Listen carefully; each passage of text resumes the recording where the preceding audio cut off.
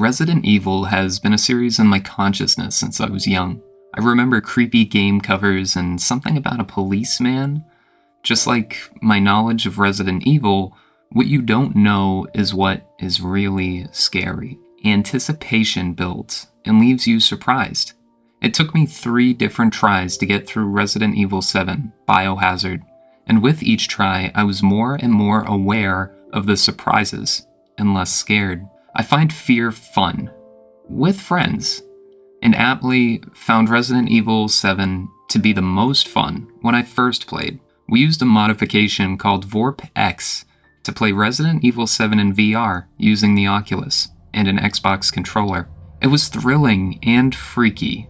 This first experience brought laughs, chills, and some spilled drinks out of pure shock. Only making it into the start of Marguerite's shack, we really did not get that far in the many hours that we played. Years later, I found myself trying again, now playing alone on a flat screen with a controller. I no longer had the comfort and companionship of my friends as I trudged through the Baker Mansion. The small field of view found me creeping closer to the screen, and without company to ground me, I found myself sucked even further into the game's world. Jack's looming presence gave me shrieks and jumps. Without any grounding, I found myself too shy for the scares, especially if they were to affect my sleep on a weeknight. So, I put the game down. Horror has never really been my thing. I see the value in it. My best experiences with horror have been from sharing it. Creeping through a haunted zombie maze can be a lot more fun when you're screaming with friends. Even alone, I still intended to experience Resident Evil 7. However, soon I found myself engaging in behavior that took the horror away completely. I followed a guide. It began with uncertainty about what to do or what puzzles were upcoming, and it grew into much more.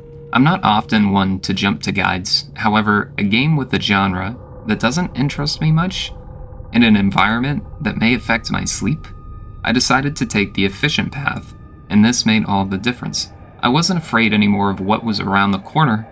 I had a step-by-step walkthrough that told me. Some jump scares from Evelyn or other environmental details still got me. Following the guide gave me some of what I came for.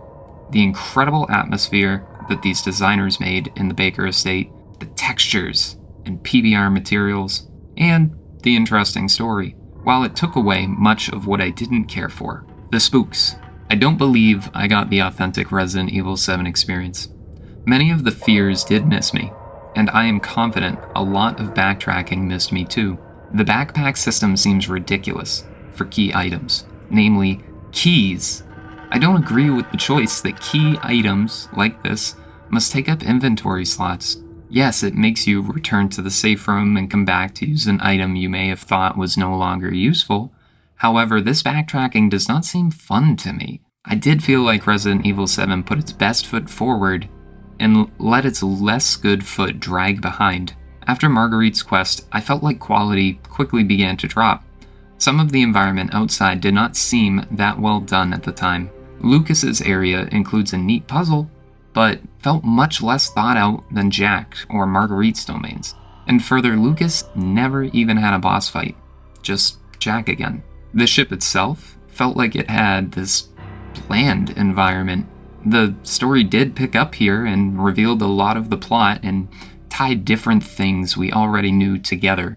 I thought the missions were interesting, and navigating each floor to get certain elevator repair parts was a neat concept. However, I'm not sure I would have found this as neat if it weren't for the guide. Some of the parts were hard to see, and I don't feel like I should have to use an in-game consumable just to see the progression items. You could argue that makes you have to pay more attention to the little things, further bringing your face and vision closer to discern in a dimly lit lighting if you've spotted a fuse, or maybe what you're looking at is just another bottle of detergent. Resident Evil 7 is cool. The environments are engrossing, and gross too. The characters are shocking and well portrayed. The feeling of fear really creeps through this game. Silence, corners, darkness. The scariest things may be what you don't know. And the more I learned about Resident Evil 7, the less scary it became. It might be fun to try a new Resident Evil game again someday, preferably with friends passing around a VR headset. Until then, I may shy from these experiences.